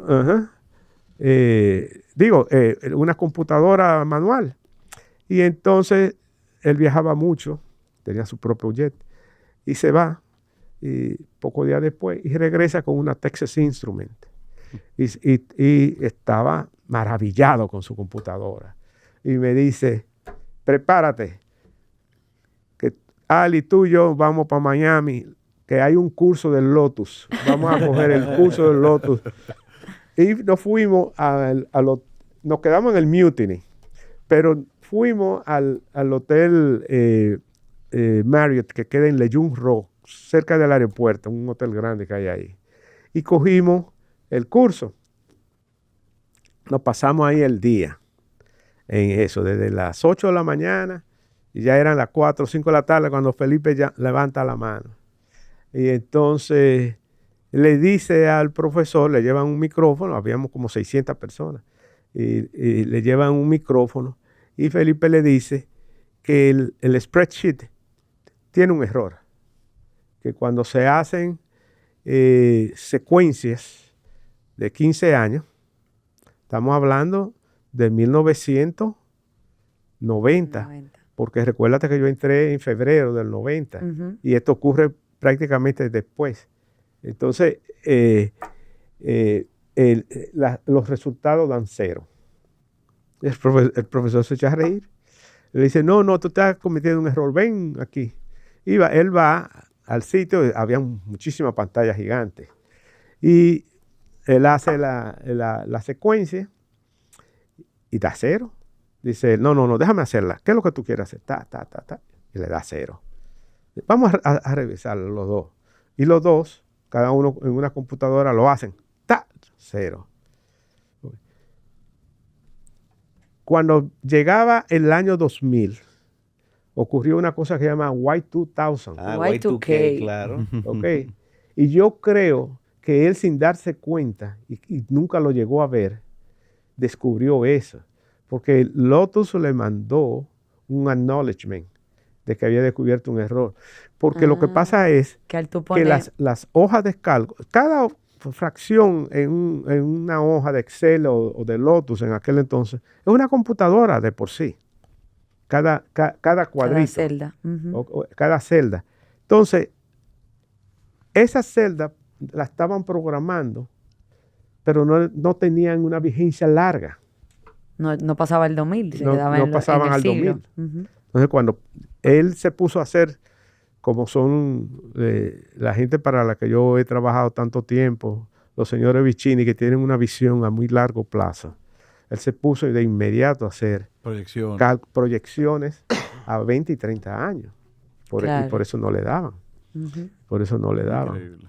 Para los más jóvenes que nos escuchan, el 31 de diciembre del 1999 fue un caos. Todo el mundo se durmió pensando o que se iba a acabar el mundo o que se iba o que los bancos no iban a poder no iban operar. a funcionar los bancos, que los bancos se iban a caer, que los aviones se iban a caer, que los barcos se iban a perder.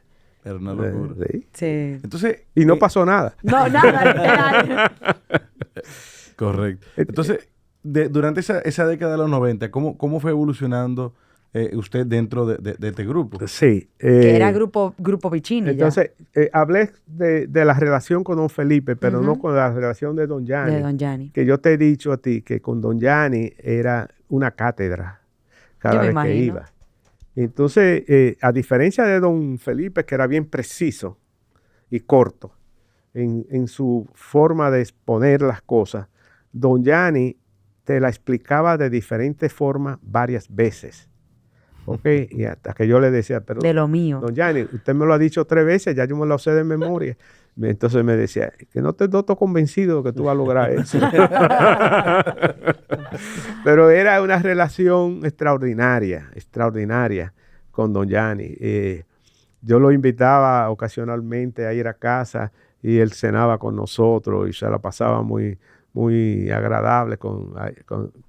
Y yo tenía que ir a verlo mucho a su casa, a tratar las cosas en su casa, y cada día se fue desarrollando una gran confianza entre don Gianni y don Felipe. Don Felipe tuvo la mala suerte de que se enfermó y falleció, y para mí él era la transición de su padre con sus hijos. Él era mucho más joven que su papá. Imagínate que cuando don Gianni se está graduando de la universidad, don Felipe tenía 7 meses, o sea que había una distancia de 20 años mínima. Entonces, Don Felipe era mucho más joven. Sí, entonces al fallecer don Felipe, don Gianni volvió a asumir algunas responsabilidades. Porque el plan era dejárselo a don Felipe. Sí. Y Felipe, Juan y Amelia comenzaron a participar en la empresa y hay cualidades que esos muchachos tienen. Y es una falta de respeto llamarles muchachos porque son adultos y personas de mucha responsabilidad en la economía del país e internacional. Pero una cualidad de ellos es que ellos no mienten. Ellos no le enseñaron a mentir. Puede pasar lo que sea, pero no dicen una mentira. Y eso yo lo admiro mucho, porque yo no miento tampoco, ni engaño. Y por eso me logré la confianza en la embajada americana. Me logré la confianza con Carlos Morales, con Walter Danforth, con Teobaldo Rosell, con Carlos Morales nuevamente y con los hermanos Vicini Cabral.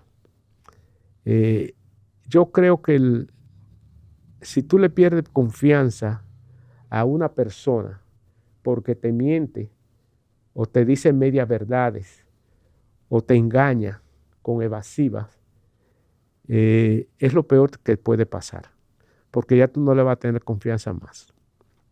Yo aprendí con toda esta gente que yo trabajé, que ellos delegaron mucho en mí, a delegar. Por eso Manuel dice que yo soy su papá. Las personas que trabajaron conmigo y que han trabajado conmigo. Manuel Luna. Sí. Yo delegaba en ellos, yo supervisaba, pero yo le delegaba y no lo iba a desautorizar y le peleaba si era necesario y lo corregía, pero eran gente muy buena. Te voy a poner 2 ejemplos. En la Cancillería de la República hay una señora que se llama Rosángela Valle. Tiene como 10 años siendo embajadora encargada de pasaporte de diplomáticos y consulares. Okay. Esa fue mi primera secretaria. Y cuando yo me fui para la Romana, Carlos muy inteligentemente la cogió a ella de secretaria. Esa es un tolete de secretaria en cualquier sitio del mundo. Pero Ramón Menéndez tiene en la Romana la que fue secretaria mía allá. O sea, yo enseñaba y las ponía a participar para que fueran buenas ejecutivas. Okay.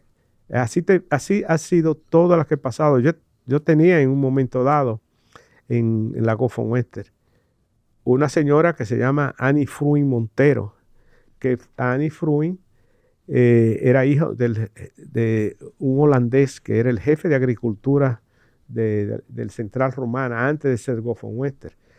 Y ella era estenógrafa.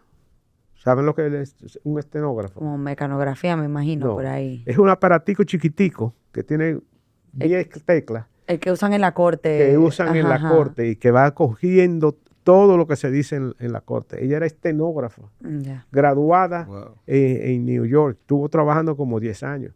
Y cuando yo me mudé para La Romana, esa fue la persona que me pusieron como secretaria.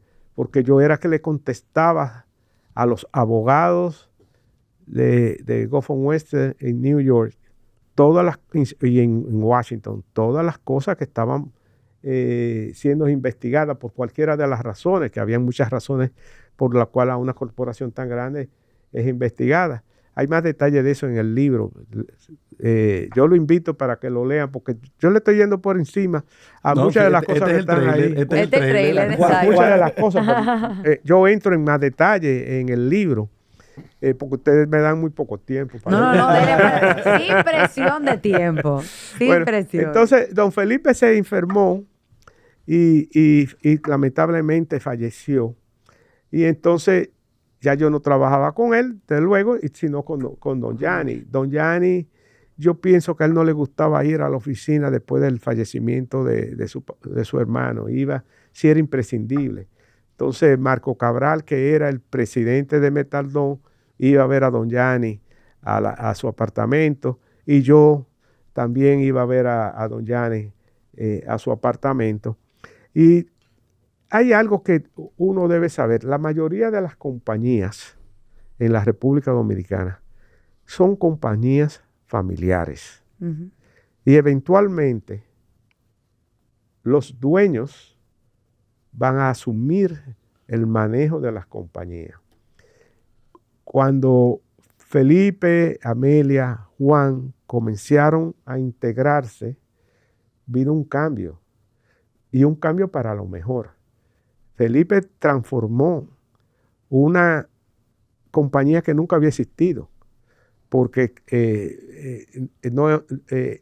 ellos no tenían un holding, ni tenían No había estructura una estructura. empresarial. Y don Gianni, luego de la muerte de Trujillo, se convirtió en el financista de todos los entrepreneurs.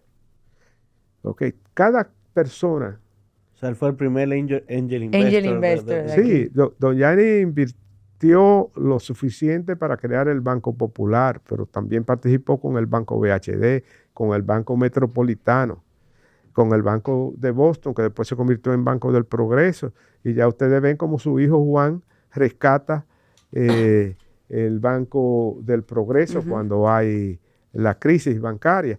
Pero toda persona que se acercaba a don Gianni y le decía, yo tengo una idea que es conveniente para la República Dominicana, y podían ser ideas pequeñas, pero podían ser ideas grandes, como cuando Goffin Wester le dijo a los Vicini, invierte con nosotros y vamos a hacer Cementos Nacionales, que después se convirtió en Cemex. Don Gianni participaba, y participaba en negocios pequeños.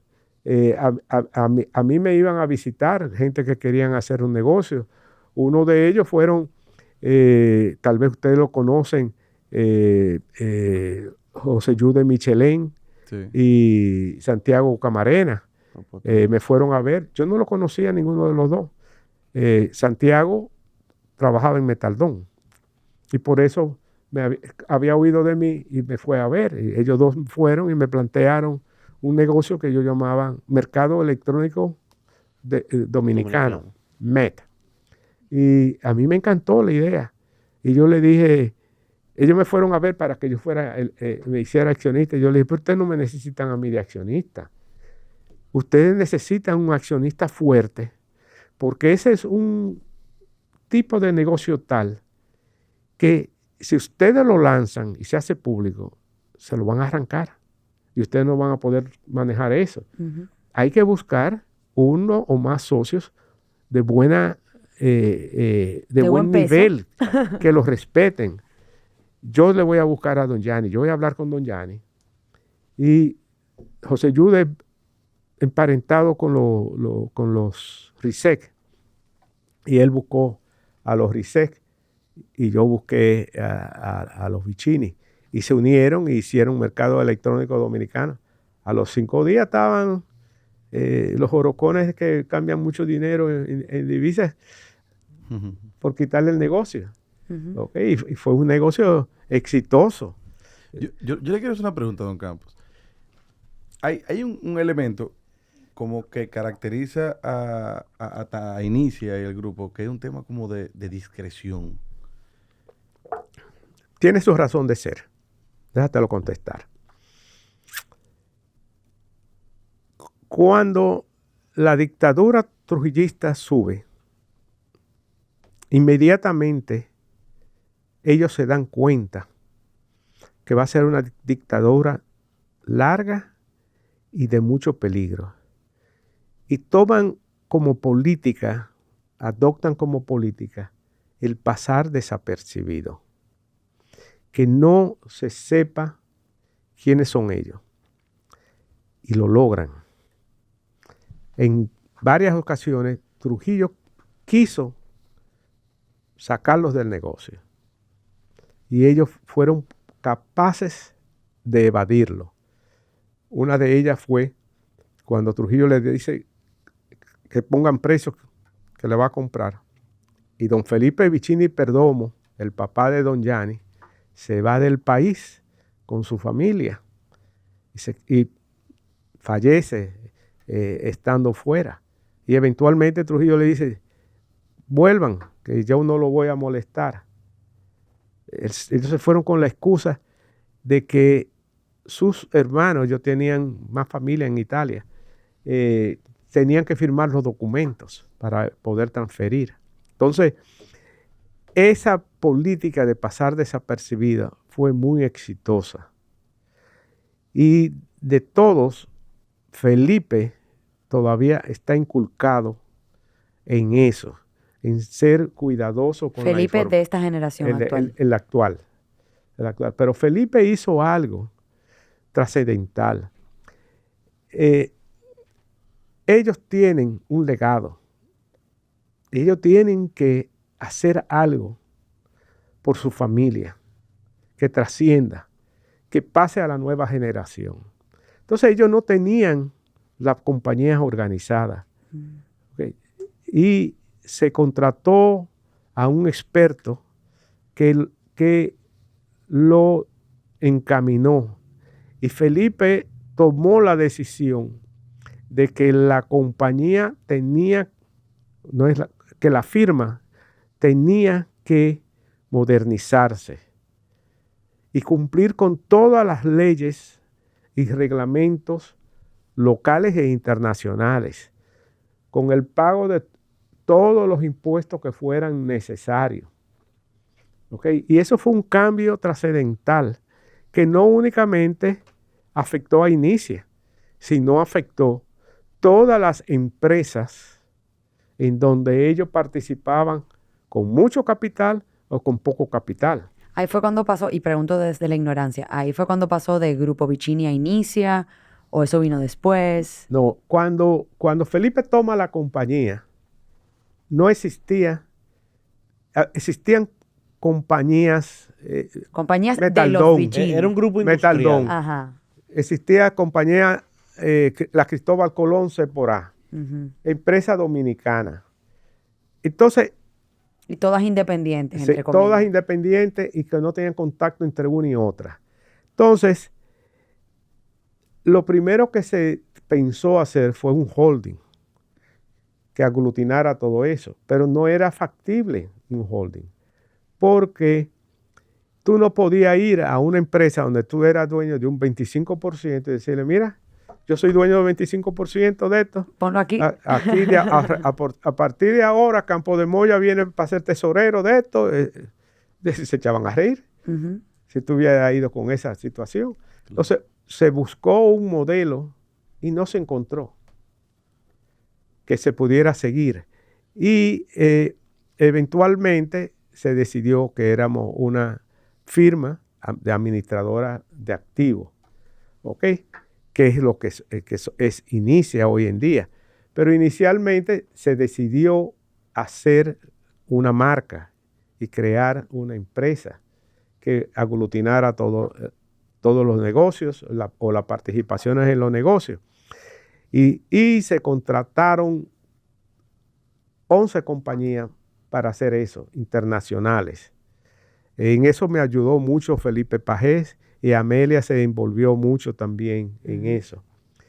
Y eventualmente hubo 2 finalistas y de ahí se formó y se creó Vicini, que fue el primer nombre de la empresa. En ese momento usted todavía está como gerente financiero o como... No, cuando Felipe tomó la decisión y sus hermanos de modificar la estructura, Felipe me dijo, Campos, yo te voy a necesitar en otro rol.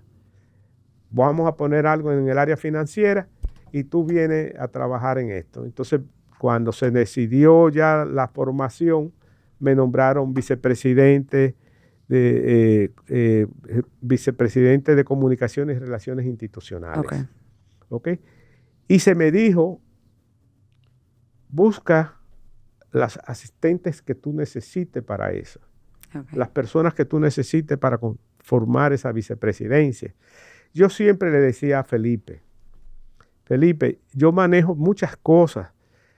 Yo necesito una persona, o mejor dicho, la firma necesita una persona que en caso de que yo desaparezca o quede inutilizado, me pueda sustituir inmediatamente y le pueda dar el soporte y sepa lo que está pasando con el departamento. O sea, yo necesito una persona para inmediata. Que eso es muy humilde de su parte, porque muchas veces la gente siente eso como una competencia, una amenaza. No, yo nunca lo he sentido así, nunca.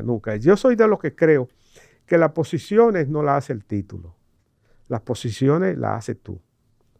¿Ok? Y eso ha sido así. En todas las posiciones que yo he ocupado a través de los años, y son muchas, porque aparte de trabajar en esos 4 renglones, yo he sido embajador, adscrito a la Cancillería, he sido embajador, presidente del Consejo Nacional de Fronteras, he sido miembro del Consejo del Banco de Reserva, del Banco BHD, del Banco Metropolitano. O sea, he ocupado muchísimas otras posiciones concomitantes. En gremios también. Y he presidido la Asociación de Industria, la Cámara Británica de Comercio, vicepresidente del CONEP, tesorero de la YAT, miembro de la directiva del ANCHAN. O sea, todo eso dentro de los roles que yo jugaba. Pero nunca sentí temor. Vuelvo y te digo, yo sé que es una compañía de familia y que el día que ellos no me quisieran, me iban a sustituir. Pues entonces vamos a hacerlo de una forma organizada. Vamos a buscar una persona que me pueda sustituir de inmediato, una persona que me pueda sustituir a 5 años, que ya le damos una formación a lo que estamos haciendo, y uno a 10 años. Un plan de transición. Para que ya ese venga y coja esto con todo el amor que requiere. Me autorizaron a contratarlo y contraté a Fernando Ferrán, a Eduardo Balcácer, a Kai Schoenhal, todos excelentes. A final de cuentas, ninguno de ellos me sustituyó. Me sustituyó Angie Vergés. Excelente escogencia se hizo. Y yo formé parte de las personas que entrevistamos a diferentes prospectos que tuvimos en su momento para esa escogencia. Pero Angie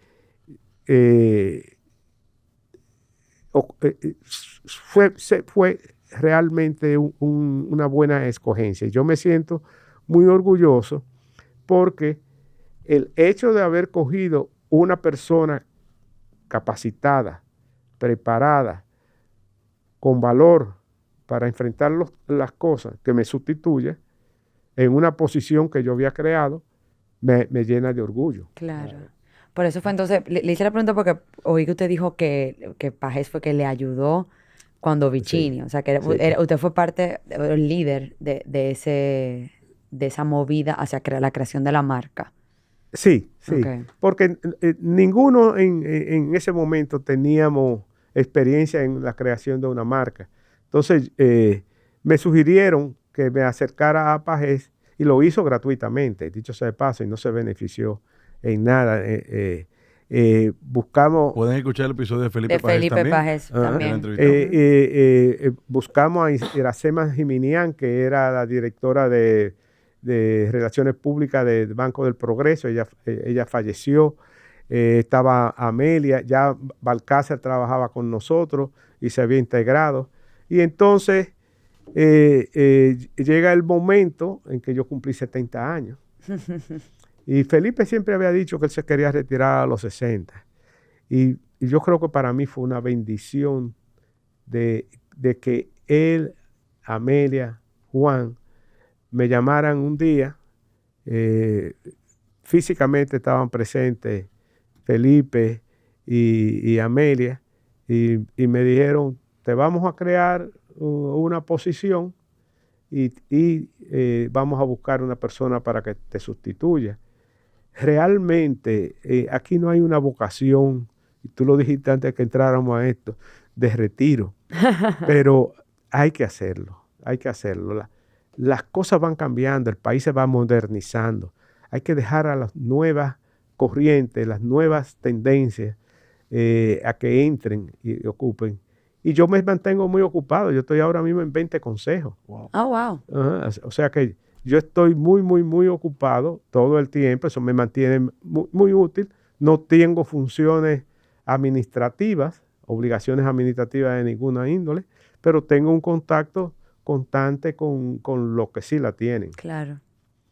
Sí, no, buenísimo. Importante, ya ir cosechando entonces esos 50 y tantos años de experiencia. Lo que yo sé que yo voy a leer el libro. Eso es lo que yo sé. No, increíble. Déjame terminar diciéndole a ustedes el porqué del título de... ¿Por qué el título? Correcto.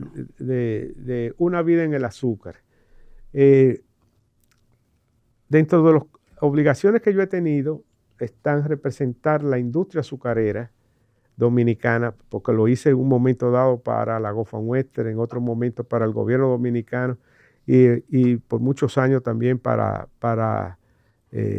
Inicia. Yo tengo mucha gente que me conocen en el mundo azucarero. Yo acabo de regresar de lo que llaman la Semana Dominicana, la Semana del Azúcar, que se celebró la semana pasada en New York, por lo cual no podía venir anteriormente. Y ahí hay 700 personas. De esas 700 personas, 500 saben quién yo soy. ¿Ok? Y lo mismo pasa en Londres. En Londres se hace un seminario todos los años. Y yo estoy yendo a esos seminarios desde 1986, que fue cuando se comenzaron a hacer los seminarios. Tal vez se comenzaron en el 84 o algo así. Entonces, me conoce muchísima gente. Entonces, el presidente de la Organización Internacional del Azúcar me dijo, Campos, yo quiero que tú vengas a darle una charla.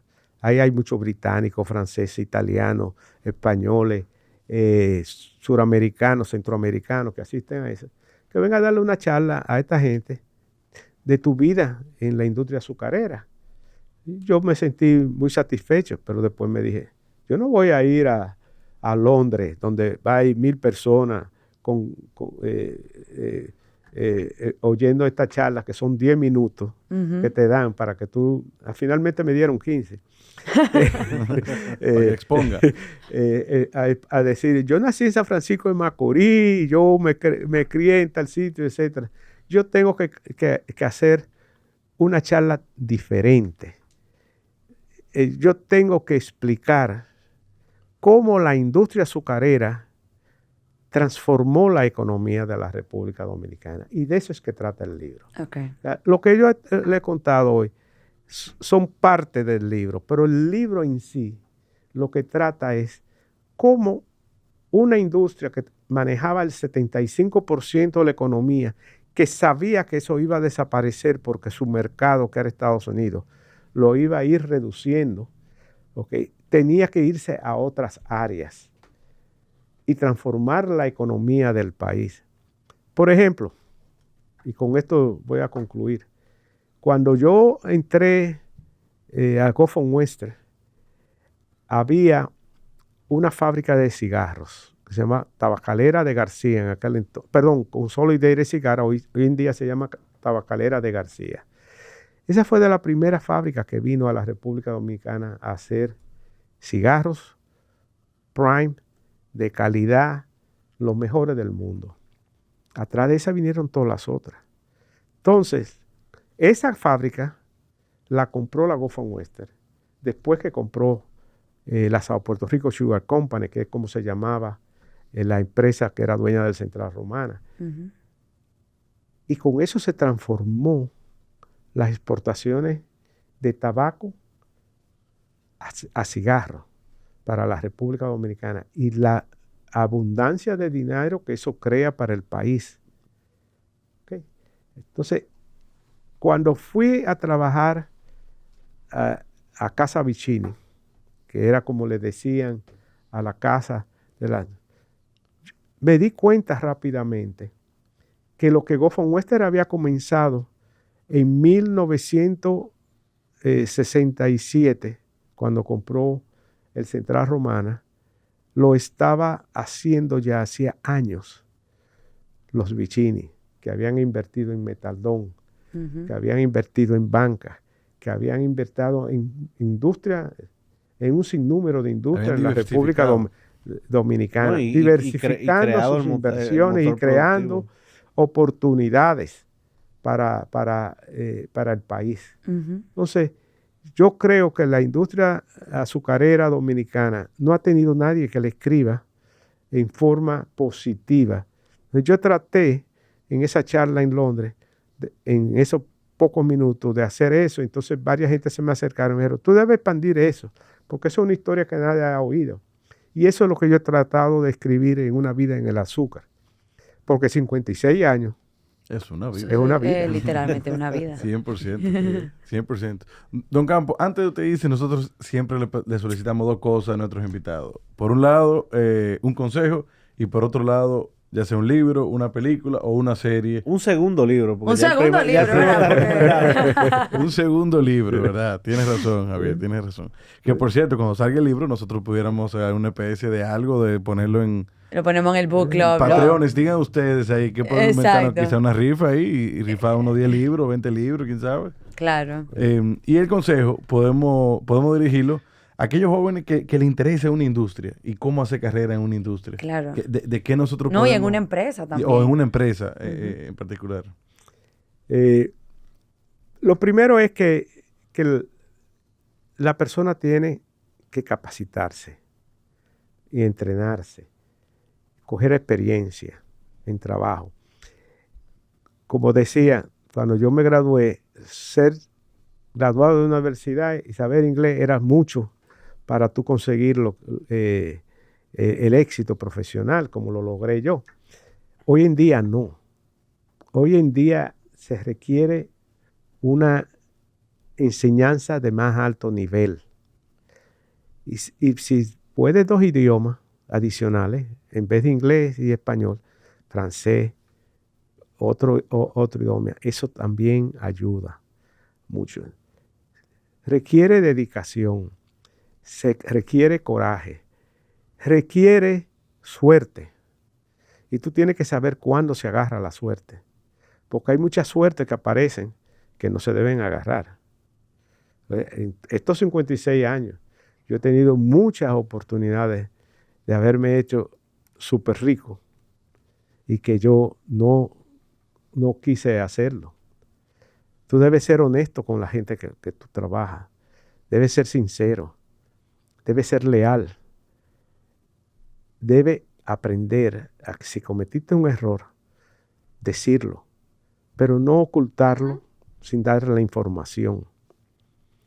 Entonces, mi consejo es de que se necesita una buena capacitación, un buen entrenamiento para lograr el éxito. Muchos de los empresas exitosas aquí están en segunda, tercera, cuarta generación realmente, que han aprendido de los padres, de los abuelos.